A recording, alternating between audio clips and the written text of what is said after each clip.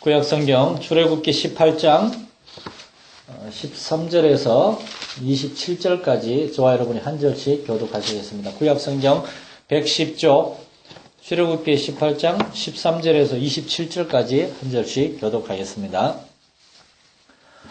이튿날 모세가 백성을 재판하느라고 앉아있고 백성은 아침부터 저녁까지 모세 곁에 서 있는지라. 모세의 장인이 모세가 백성에게 행하는 모든 일을 듣고 이르되 내가 이 백성에게 행하는 이 일이 어찌 됨이냐 어찌하여 내가 홀로 앉아있고 백성은 아침부터 저녁까지 내 곁에 서 있느냐. 모세가 그의 장인에게 대답하되 백성이 하나님께 물으려고 내게로 오미라. 그들이 일이 있으면 내게로 오나니 내가 그 양쪽을 재판하여 하나님의 윤례와 법도를 알게 하나이다. 모세의 장인이 그에게 이르되 내가 하는 것이 옳지 못하도다. 너와 또 너와 함께하는 백성이 필경 기력 이스라엘이 이 일이 내게 너무 중합니다. 내가 혼자 할 수 없습니다. 이제 내 말을 들으라. 내가 내게 방침을 가르치리니 하나님이 너와 함께 계실지로다. 너는 하나님 앞에서 그 백성을 위하여 그 사건들을 하나님께 가져오며 그들에게 윤례와 법도를 가르쳐서 마땅히 가르칠 과 할 일을 그들에게 보이시고 너는 또 온 백성 가운데서 능력 있는 사람들 곧 하나님을 두려워하며 진실하며 불의한 이익을 미워하는 자를 살펴서 백성 위에 세워 천부장과 백부장과 50부장과 10부장을 삼아 그들이 때를 따라 백성을 재판하게 하라. 큰 일은 모두 내게 가져갈 것이요 작은 일도 그들이 스스로 재판할 것이니 그들이 너와 함께 담당할 것인즉 일이 내게 쉬우리라. 내가 만일 이 일을 하고 하나님께서도 내게 허락하시면 내가 이 일을 감당하고 이 모든 백성도 자기 곳으로 평안히 가리라. 이에 모세가 자기 장인의 말을 듣고 그 모든 말을 하여 모세가 이스라엘 무리 중에서 능력 있는 사람들을 택하여 그들을 백성의 우두머리 곧 천부장과 백부장과 50부장과 10부장을 삼음해 그들이 때를 따라 백성을 재판하되 어려운 일을 모세에게 가져오고 모든 작은 일을 스스로 재판하더라. 가지 있습니다. 모세가 그의 장인을 보내니 그가 자기 땅으로 가니라. 아멘. 출애굽기는 여러 면에서 위대한 책입니다. 왜냐하면 하나님께서 아브라함에게 주신 약속이 있습니다. 아브라함은 그 약속을 믿고 본토 친척 아비집을 떠나서 가나안 땅까지 왔습니다. 창세기 12장 2절에 하나님은 아브라함에게 내가 너로 큰 민족을 이루게 하겠다 그랬는데 그게 아브라함 이후에 200여 년 동안 야곱에게 이르기까지 지켜지지 않았는데 야곱의 가족 70여 명이 한 집안 얼마 안 되는 70여 명이 애굽으로 이주했을 때 거기서부터 하나님의 역사가 나타나기 시작했습니다.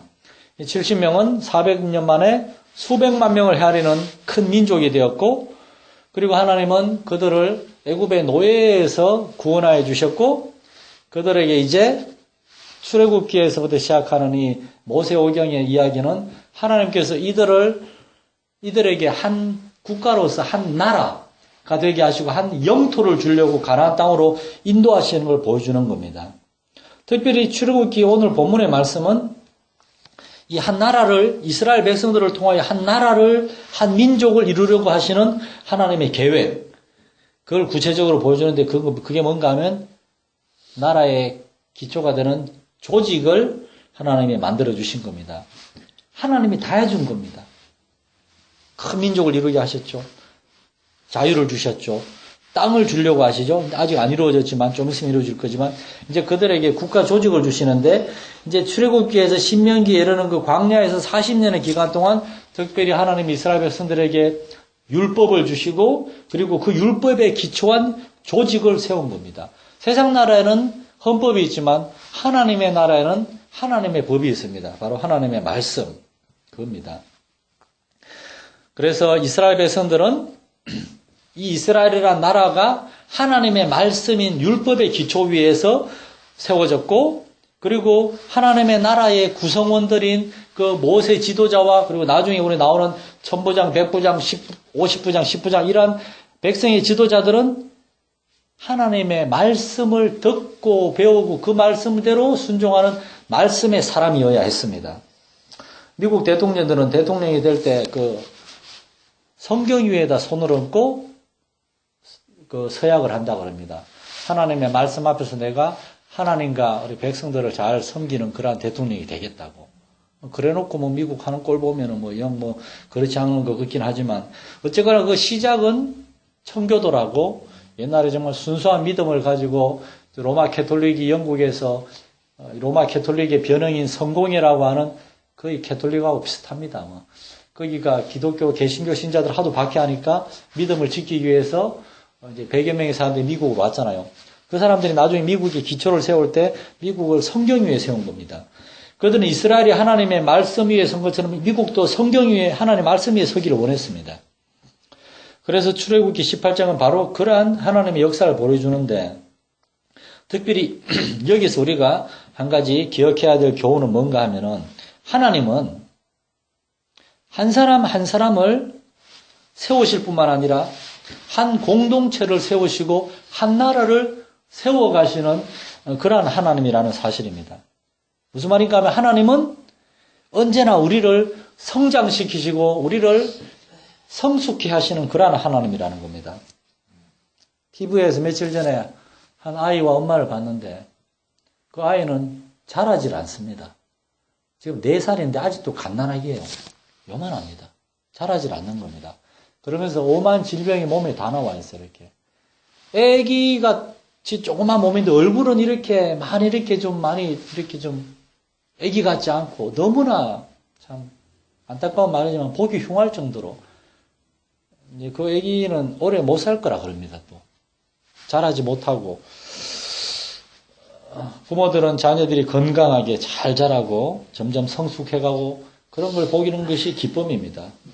마찬가지로 하나님도 이스라엘이 하나님의 백성으로 하나님의 나라로 이렇게 세워져 가길 원하셨고 마찬가지로 하나님은 교회도 건물로만 존재하는 것이 아니라 사람들이 모여있는 것으로만 존재하는 것이 아니라 그 사람들이 하나님의 사람들로 성숙하고 성장해 가는 것 그리고 한 사람 한 사람도 그렇게 점점 성장하고 거룩하게 주의 은혜 안에서 자라기를 원한다는 것입니다.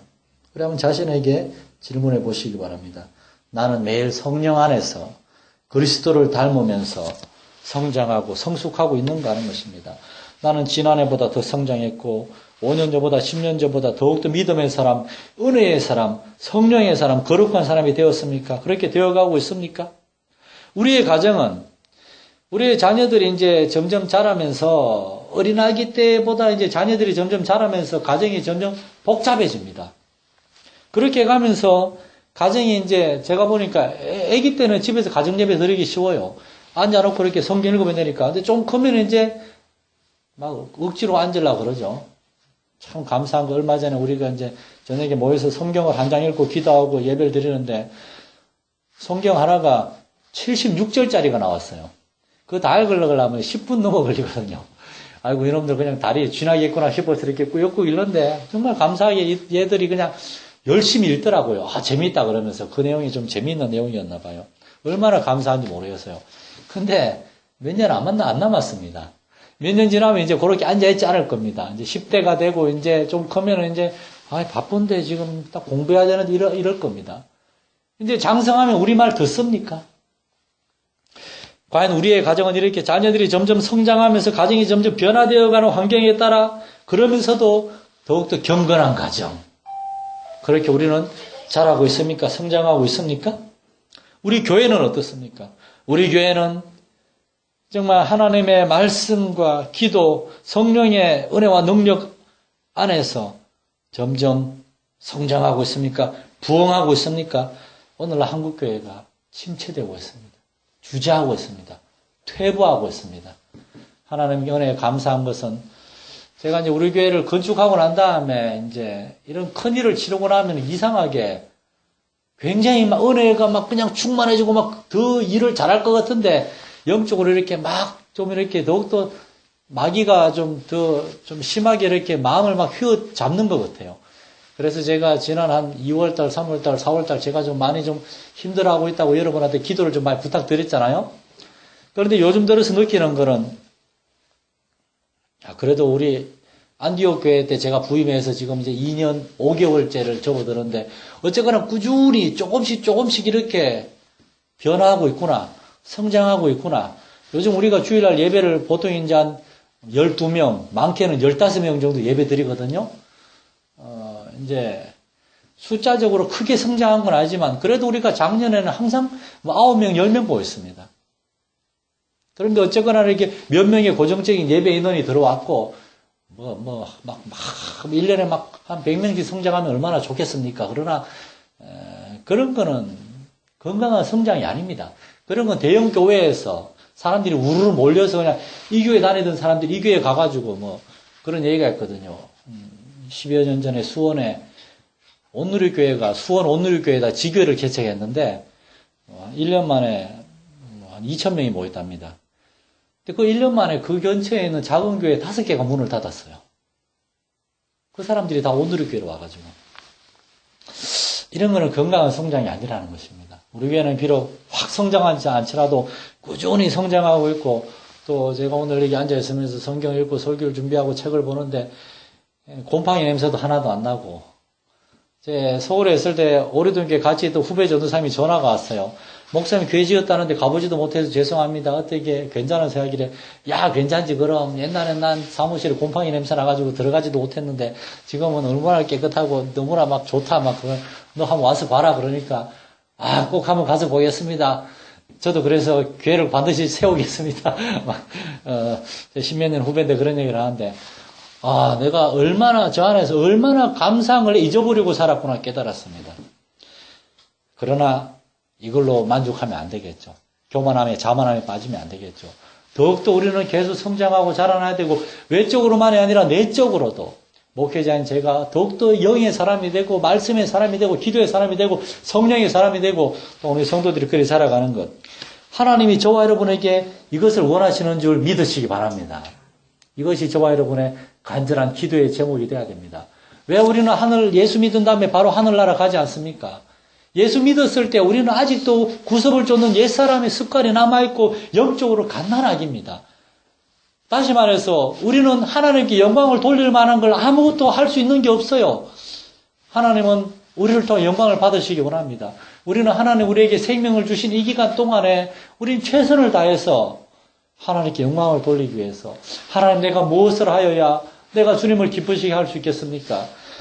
그것이 저와 여러분의 간절한 기도의 제목이 되시기를 소원합니다. 그런데 하나님은 이 일을 행하시기 원하는데, 이제 특별히 모세가 이제 혼자 수백만을 헤아리는 그 백성들을 지금 이끌고 있으면서 굉장히 고군분투하고 있었습니다. 힘들어하고 있었어요. 그래서 하나님께서는 모세의 장인인 이드로라고 하는 지혜로운 사람을 보내줍니다. 지금 우리는 지금 18장 1절에서 12절까지 좀 우리가 읽진 않았지만 앞에 부분을 지금 공부하고 있습니다. 원래 18장을 다 읽어야 되지만 시간이 너무 많이 걸려가지고 18장 1절에 보면 모세의 장인이며 미디안 제사장인 이드로가 이제 모세의 이야기를 듣고 이제 그 모세의 그 아내인 십보라와 모세 아들들을 데리고 있었는데 이제 그 모세에게 갑니다. 이 이드로가 이제 모세에게 와가지고 모세가 혼자 백성들을 재판하고 하는 것을 보면서 모세를 도와주는데, 이걸 보면서 우리가 기억할 수 있는 것은 때때로 우리는 우리 자신을 객관적으로 보기가 어렵다는 겁니다. 저도 그렇습니다. 저는 때때로 우리가 마상감찰에 있는 다른 선배 목사님들한테 물어봅니다. 저한테 조언 좀 해달라고. 제가 우리 열린교회를 섬기면서 우리 교회를 새로 짓고 했는데 앞으로 제가 어디에 주력하면 좋을지 조언 좀 해달라고 많이 얘기를 합니다. 여러분 보시기에 저는 좀 교만하고 남의 얘기 잘 안 듣는 것처럼 보일지 모르지만 저는 굉장히 그런 걸 많이 들으려고 해요. 그러면 이제 선배 목사님들이 이것저것 얘기를 많이 해주십니다. 근데 보면은 제가 깨닫지 못했던 것들이 있어요. 저는 우리 교회 성도들을 보고 있잖아요. 근데 바깥에서 사람들이 저 자신을 보는 겁니다. 얼마 전에 방송을 보는데 어떤 가수가 그러더라고요. 방송에 있는 자기 모습을 보면서 자기가 걸어갈 때 목을 이렇게 자꾸 흔드는 걸 처음으로 알았다 그럽니다. 저도 제가 군대에 있을 때 제가 그 교회에서 설교를 하는데 한 대대장님이 저를 보고 자꾸 그러는 겁니다. 야, 너 설교할 때 이거 좀 하지 말라는 겁니다. 그걸 너무 자주 한대요. 그 소리만 들으면 굉장히 듣기가 싫고 신경이 거슬린다 그러더라고요. 그 얘기 듣고 제가 굉장히 이렇게 막 그 뒤부터 설교할 때마다 하는 거 이것 때문에 신경이 쓰여가지고 설교를 제대로 못하고 그랬는데 실제로 그런 게 있는 것 같아요. 우리 자신이 보지 못하는 우리 자신의 모습이 있습니다. 모세 역시 그런 것 같습니다. 그래서 하나님은 이드로를 보내시는 겁니다. 우리에게는 우리를 위해서 성숙한 조언을 해줄 수 있는 그러한 믿음의 동역자와나 또는 믿음의 좋은 자가 때때로 필요합니다. 우리는 혼자 살아가는 것이 아닙니다. 그런데 하나님은 왜 이드로를 보내셨는가? 이 이드로는 누구인가 하는 겁니다. 이드로는 성경에 미디안 제사장이라고 소개되어 있습니다. 그런데 이거는 말이 좀 안 맞아요. 왜냐하면 미디안은 출애굽 창세기 25장에 보면 아브라함의 두 번째 부인인 그 사라가 죽고 난 다음에 두 번째 부인인 그두라라고 하는 분을 아내로 얻어가지고 아브라함의 후처죠. 그두라를 통해서 여러 자녀들을 얻었는데 그 중에 하나가 미디안이라는 아들이 있어요. 그런데 이 미디안을 비롯해서 아들들을 아브라함은 저기 동쪽 땅으로 보냈습니다. 이스라엘 땅을 기준으로 가나안 땅의 동쪽 땅, 모압, 암몬, 그리고 밑으로는 이제 그 사막 광야 지역, 이 지역을 다 그래서 미디안 광야라 그럽니다.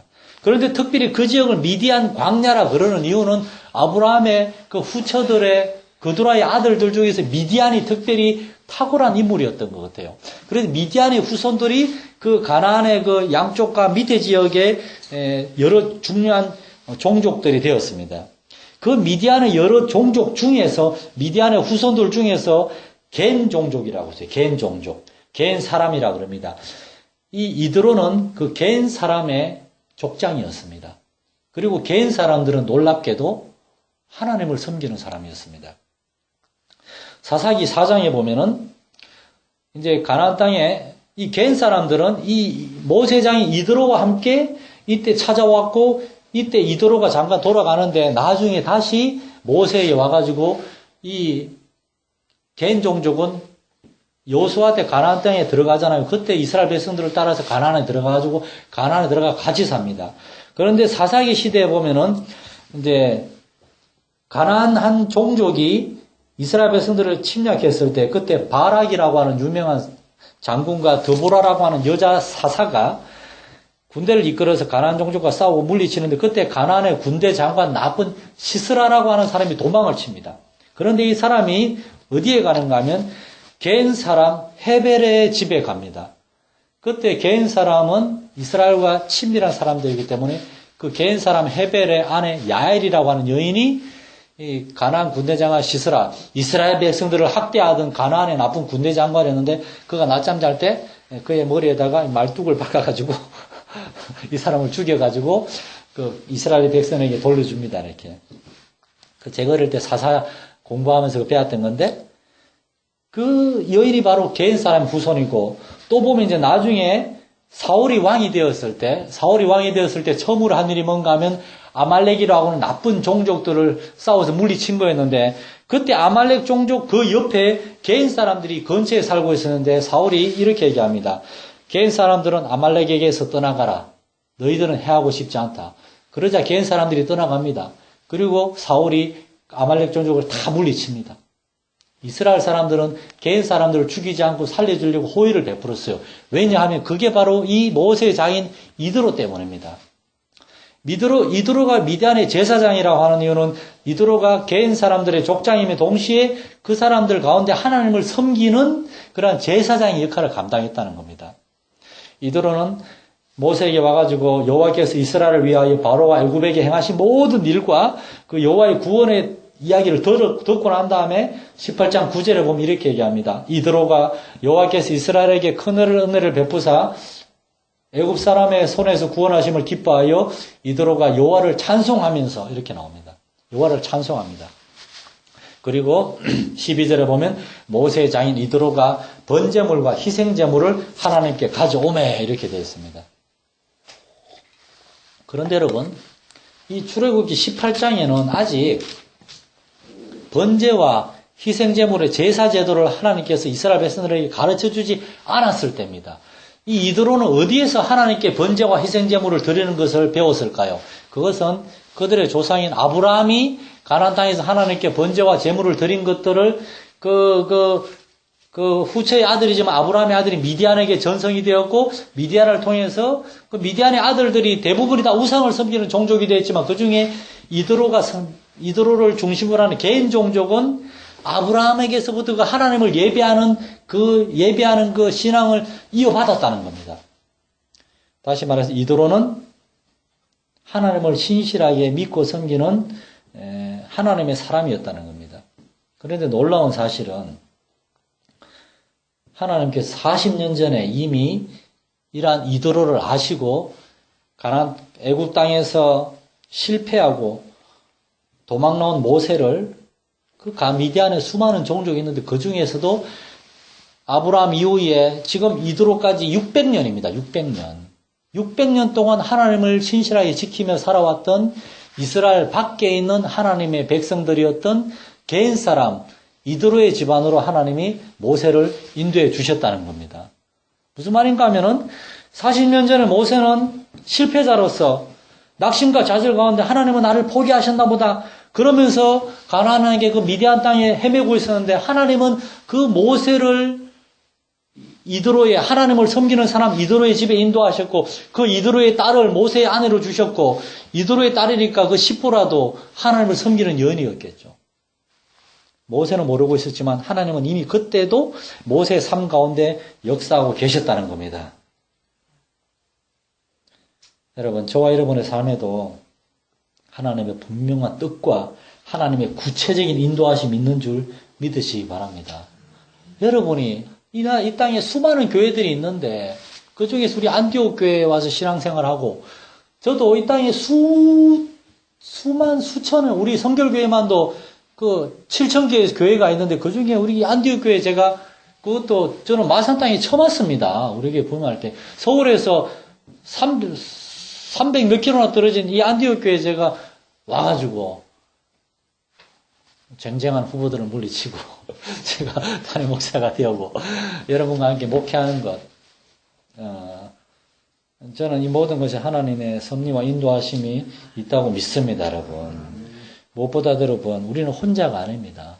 야곱이 아까 우리 찬양했잖아요. 베델에서 아버지의 집을 떠나가지고 형한테 살해 위협을 받고 떠날 때 빈털터리로 이게 뭡니까? 이게 아버지의 축복입니까? 막 그러면서 시리에 빠져 잠들어 있을 그 서무살의 야곱에게 하나님은 밤에 꿈에 나타나셔서 넌 혼자가 아니다 말씀하시잖아요.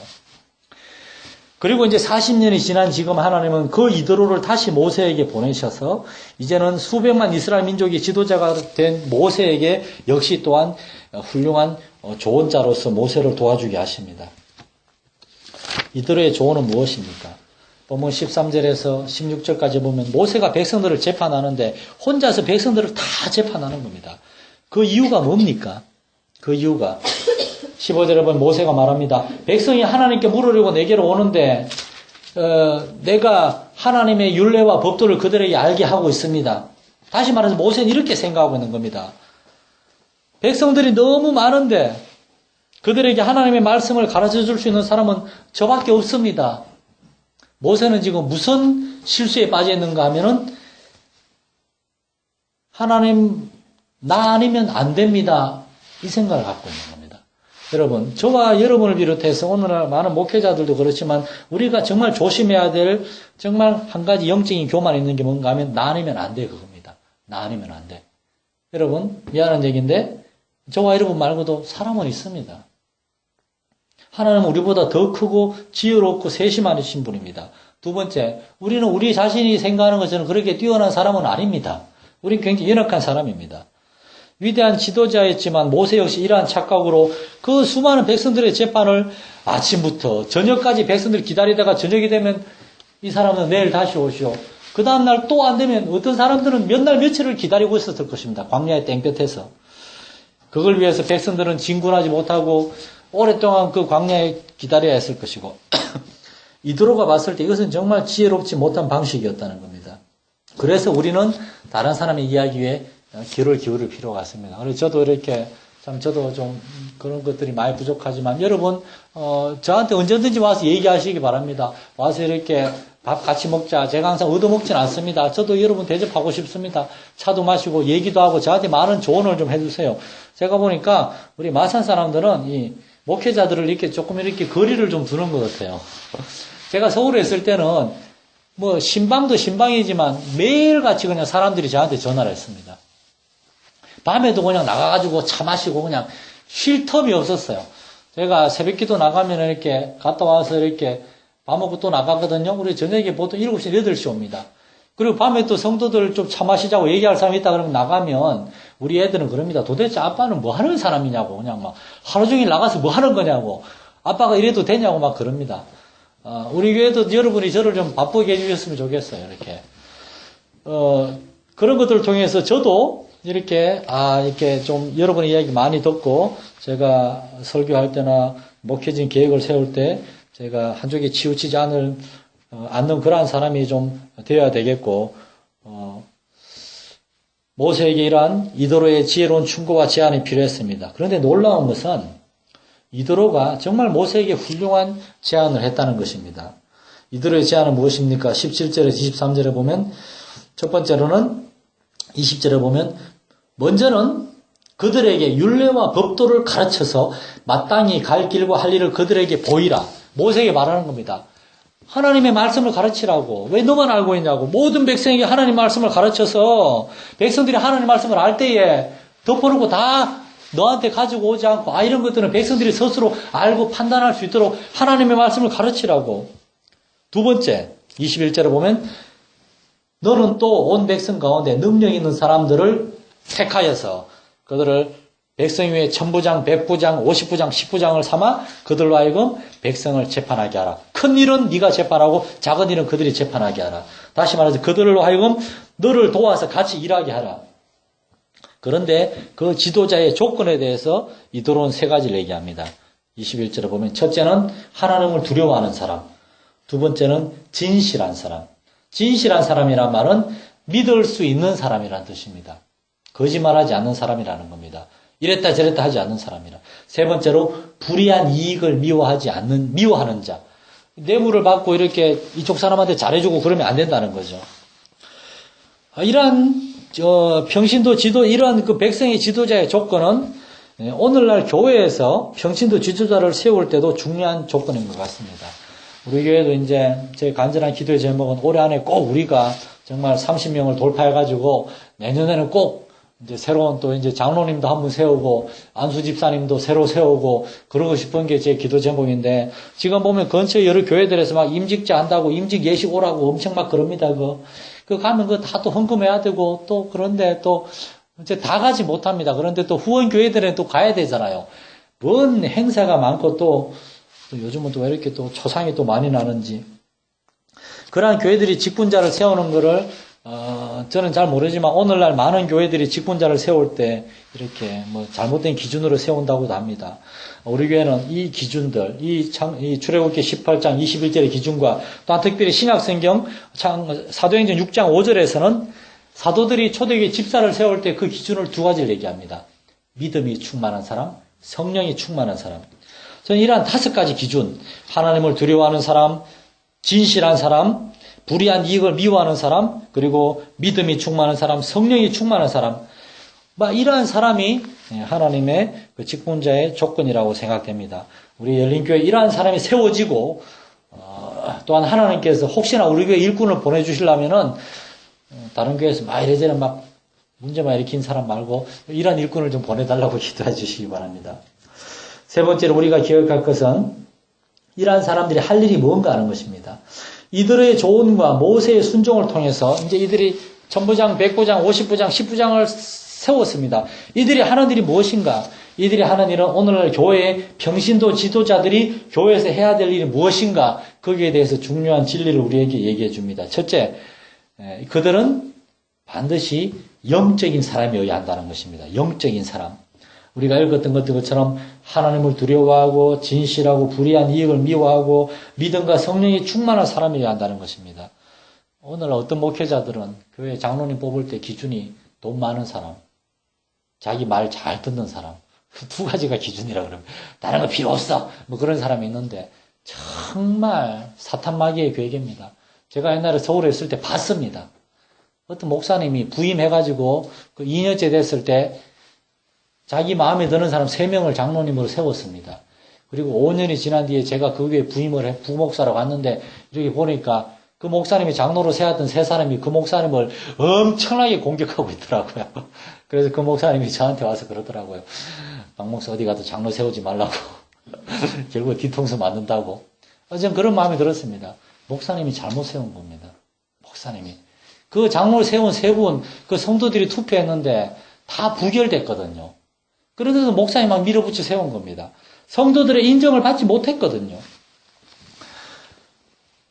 영적인 사람, 모든 성도들에게 인정받는 그러한 사람이 바로 평신도 지도자들이 돼야 되고, 두 번째로 평신도 지도자들은 그 임무는 목회자 일을 돕는 거라는 겁니다. 목회자 일을 도와주는 것. 출애굽기 18장이 천부장, 백부장, 50부장, 10부장이 할 일은 모세를 도와 백성들을 재판하는 거였습니다. 사도행전 6장에서 집사들은 사도들을 도와서 교회 여러 봉사하는 일을 감당하는 것이었습니다. 그들은 목회자가, 교회 지도자가 말씀과 기도를 통한 영적인 사역에 전무할 수 있도록 교회 여러 가지 일들을 도와주는 겁니다. 저는 그래서 그거를 이렇게 세분하고 싶습니다. 목회자는 교회의 목회적인 사역에 집중해야 합니다. 목회적인 사역이란 교회가 나아갈 방향, 설교의 주제와 방향, 그리고 교회 영적인 기도와 예배, 전도 프로그램 이런 것들은 목회자의 고유의 권한입니다. 목회자가 이러한 것들을 이렇게 합시다 할 때 성도들은 거기에 대해서는 이의를 제기하지 않고 따라와야 됩니다. 그러나 교회에 행정적인 일이 있습니다. 예를 들어 재정을 집행하거나 어떤 사람을 세우거나 하는 것, 그런 것들은 목회자가 독단적으로 해서는 절대 안 됩니다. 그러한 것들은 반드시 당회나 직원회를 통해서 성도들의 의견을 듣고 집행해야 되는데, 오늘날 이러한 것들까지도 목회자가 다 자기 마음대로 하려고 그러니까 교회에 문제가 생기는 것입니다. 혹시나 제가 이러한 것들에 대해서 실수를 하는 것들이 있다면 여러분 저한테 꼭 얘기해 주십시오. 그러나 여러분, 제가 목회에 대해서, 여러분, 저는 우리 교회가 이렇게 예배 드리기를 원합니다. 전 여러분에게 이렇게 설교하면 여러분 이렇게 말씀을 여러분이 가르치고 싶습니다. 이렇게 듣고 배우기 원합니다. 저는 우리 교회에서 이러한 예배와 이러한 전도 프로그램을 하기 원합니다. 그런 목회적인 일에 대해서 제가 얘기할 때 여러분이 저한테 막 이렇게 뭐라 그러면 여러분, 그거는 굉장히 곤란해집니다. 제가 그러면 굉장히 고집이 세다는 거 여러분도 알고 계시죠? 그러나 너무나 감사한 것은 모세는 이드로의 조언을 순종해가지고 그러한 사람들을 세웠고, 그들을 세웠을 때 이스라엘은 이제 국가로서 행정 조직의 기초가 세워졌고, 그리고 모세와 백성들이 모두 기쁨과 평안을 얻을 수가 있었습니다. 바라기는 우리 열린교회가 아직은 작고 연약한 교회입니다. 우리 장로님 은퇴하시고 정말 새로운 직분자가 세워져야 되는데 그게 얼마나 걱정이 많겠습니까? 우리가 이러한 것들을 놓고 기도할 때 저는 하나님께서 반드시 우리 교회에 그러한 일꾼을 보내줄 거라고 믿습니다.